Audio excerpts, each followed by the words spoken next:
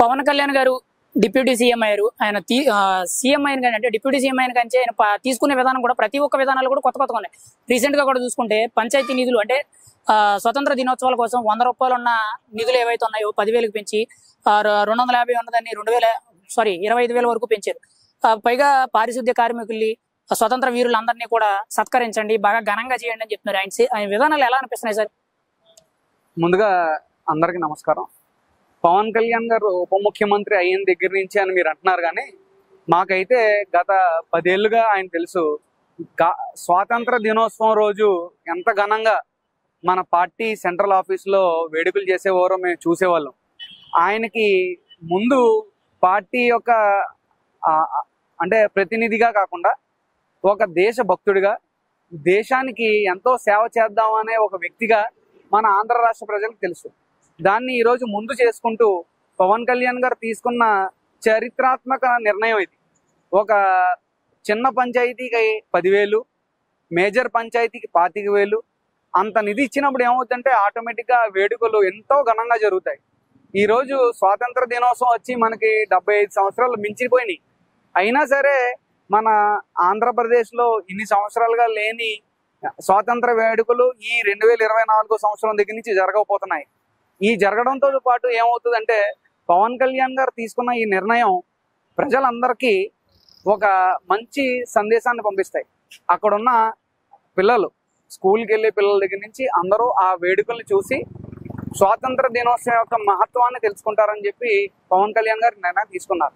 Sir చూసుకుంటే పవన్ కళ్యాణ్ గారు ఇదొకటే కాకుండా పర్యావరణాన్ని పరిరక్షించండి అన్నట్టు మట్టి వినాయకులు వాడండి, ప్లాస్టిక్ వినాయకులు తగ్గించండి, అవి కూడా మళ్ళీ స్వతంత్రానికి ఆ ఫ్లాగ్స్ ఏవైతే వాడతారో అవి కూడా ప్లాస్టిక్ తగ్గించి క్లాత్ టైప్ వాడండి అనేటట్టు సూచనలు ఇస్తారు. అంటే మేజర్ గా ఆయన ఫోకస్ చేసేది పారిశుద్ధ్య శాఖ తీసుకొని పర్యావరణాన్ని పరిరక్షించండి, దానికోసమే ఎక్కువగా ఫోకస్ చేస్తున్నారు. ఖచ్చితంగా దీనివల్ల రేపటి రోజుల్లో మనకి మంచి జరిగే అవకాశం ఉందంటారా? మీరు అడిగేది ఖచ్చితంగా మంచి జరుగుతుందనే కదా ఆయన తీసుకున్న నిర్ణయం. మేము ఆయన తీసుకున్న ఏ నిర్ణయాన్నైనా కట్టుబడి ఉంటాం.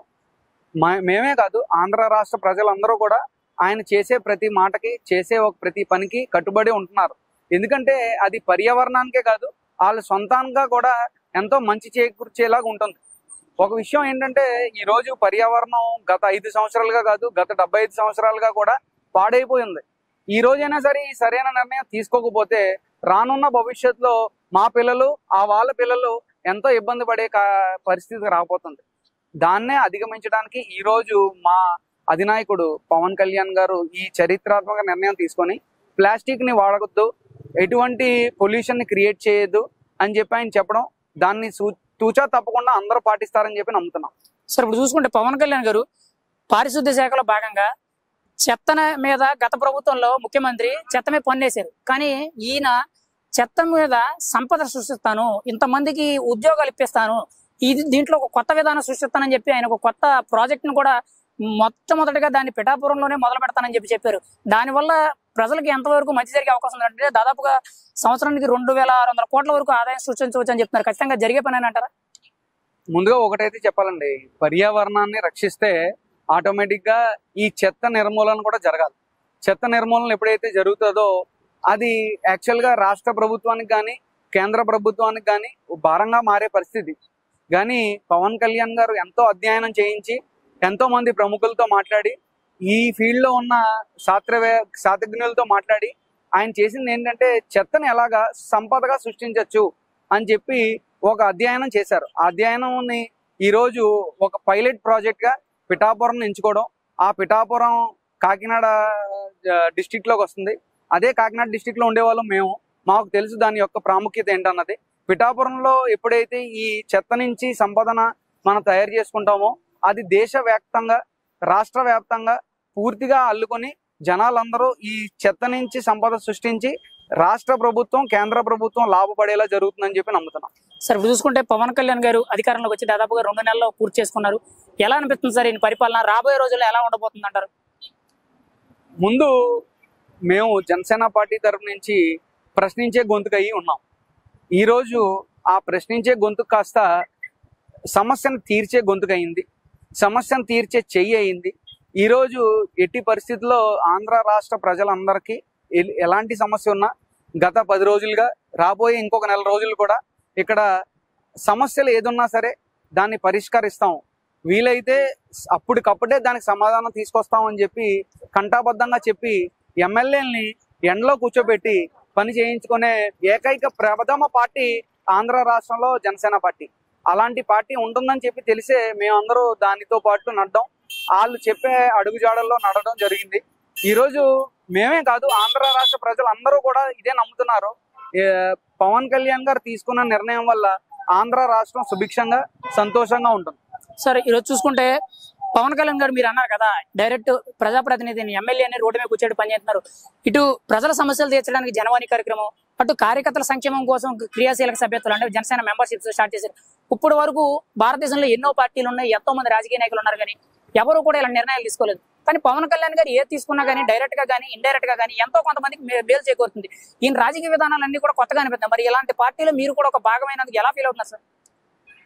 మేము గత 8-9 సంవత్సరాలుగా రాజకీయ పార్టీలో మొదటిగా వచ్చిందే జనసేన పార్టీలోకి. అది కూడా రావడానికి మెయిన్ కారణం ఏంటంటే రాజకీయ పార్టీలకి కొన్ని సిద్ధాంతాలు ఉంటాయి. ఆ సిద్ధాంతాల్లో మా జనసేన పార్టీకి ఉన్న 7 సిద్ధాంతాలు, ఆ 7 సిద్ధాంతాల మీద పవన్ కళ్యాణ్ గారు ఎట్టి పరిస్థితుల్లో తూచా తప్పకుండా ఆయన పాటిస్తారు, మాతో పాటించేలా చేస్తున్నారు. అందులో ముఖ్యంగా అవినీతి నిర్మూలన. అది ఒక అవినీతి నిర్మూలన జరగడం వల్ల ఆంధ్ర రాష్ట్ర ప్రజలతో పాటు ప్రభుత్వం కూడా ఎంతో మంచిగా కార్యక్రమాలు చేసుకోవడానికి వీలుగా ఉంటుంది. కాబట్టి ఆయన చెప్పే నడవడికలో మేము నడుచుకుని మేము ఎంతో ఆనందంగా ఉన్నాం, ప్రజలు కూడా ఆనందంగా ఉన్నారు.